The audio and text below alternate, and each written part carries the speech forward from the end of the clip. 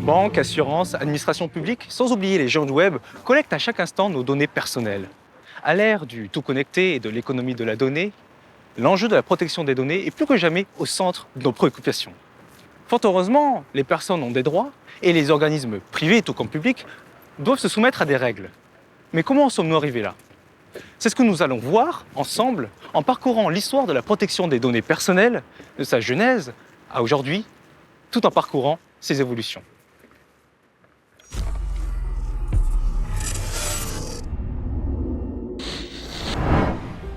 En France, tout a commencé le 21 mars 1974. Philippe Boucher, alors journaliste au journal Le Monde, publie le célèbre article Safari ou la chasse aux Français.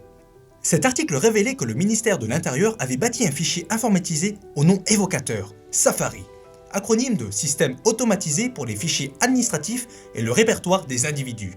Ce système prévoyait de créer une base de données centralisée de la population en utilisant le numéro de sécurité sociale comme identifiant commun à tous les fichiers administratifs. À l'époque, le fichage de la population était un sujet sensible. La dernière opération de ce type avait été effectuée lors de l'occupation entre 1940 et 1944. Pour Philippe Boucher, c'était cette capacité à interconnecter les bases de données via un numéro personnel unique et obligatoire qui présentait de réels risques sur les libertés. L'avènement de l'informatique et de ses possibilités révèle alors au grand jour le manque de garde-fous. Face au scandale provoqué par cet article, le Premier ministre de l'époque, Pierre Messmer, fut contraint de suspendre ce projet et créer dans la foulée une commission dite Informatique et Liberté, chargée de proposer une réglementation sur l'utilisation des moyens informatiques.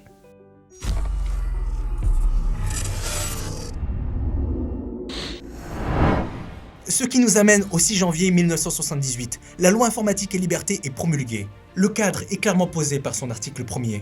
L'informatique doit être au service de chaque citoyen et ne doit porter atteinte ni à l'identité humaine, ni aux droits de l'homme, ni à la vie privée, ni aux libertés individuelles et publiques. Cette loi institue une autorité de contrôle indépendante des pouvoirs publics chargée de veiller au respect des dispositions légales protectrices des personnes. La Commission nationale de l'informatique et des libertés.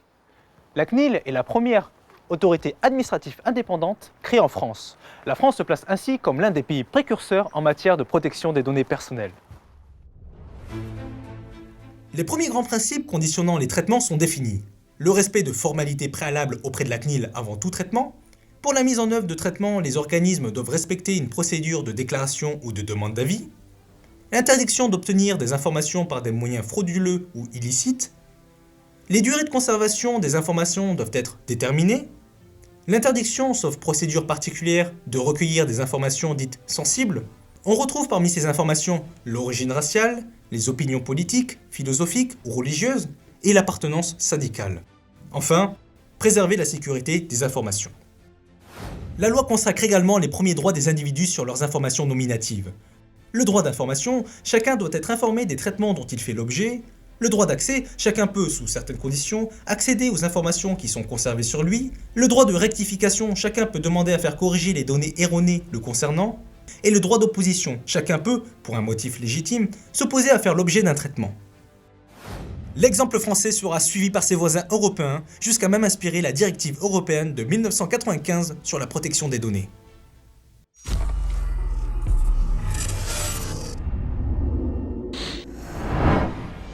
Nous sommes maintenant le 24 octobre 1995, jour de l'adoption de la directive de la Communauté européenne sur la protection des données.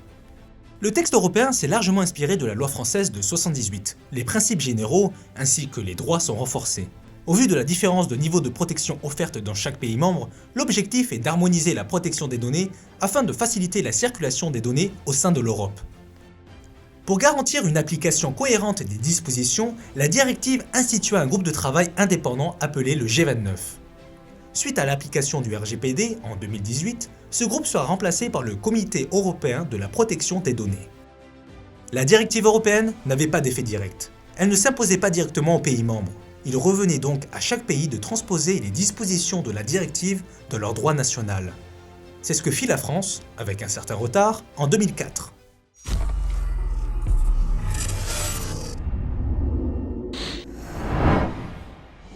La loi du 6 août 2004 modifie la loi informatique et liberté. Cette dernière permet à la France de transposer la directive européenne.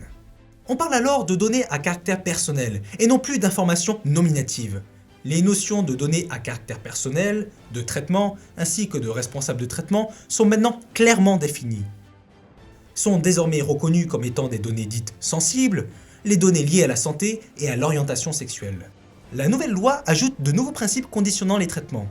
La collecte des données doit être loyale et licite, la finalité du traitement doit être déterminée, explicite et légitime, les données doivent être exactes et mises à jour, leur durée de conservation doit être déterminée en fonction de la finalité, les données doivent être adéquates, pertinentes et non excessives au regard des finalités. C'est ce qu'on appelle le principe de proportionnalité. Pour être licite, un traitement de données à caractère personnel doit à présent obligatoirement avoir reçu le consentement de la personne concernée ou satisfaire à l'une des conditions suivantes. Le respect d'une obligation légale incombant au responsable du traitement, la sauvegarde de la vie de la personne concernée, l'exécution d'une mission de service public dont est investi le responsable ou le destinataire du traitement, l'exécution soit d'un contrat auquel la personne concernée est partie, soit de mesures précontractuelles prises à la demande de celle-ci, ou la réalisation de l'intérêt légitime poursuivi par le responsable du traitement ou par le destinataire sous réserve de ne pas méconnaître l'intérêt et les droits et libertés fondamentaux de la personne concernée. Concernant la CNIL, la nouvelle loi accroît ses pouvoirs. Elle peut maintenant effectuer des contrôles a posteriori et les contrôles sur place sont renforcés. Elle n'est plus limitée aux contrôles a priori et elle peut infliger des sanctions allant de l'avertissement au paiement d'une amende administrative d'un montant pouvant s'élever à 300 000 €.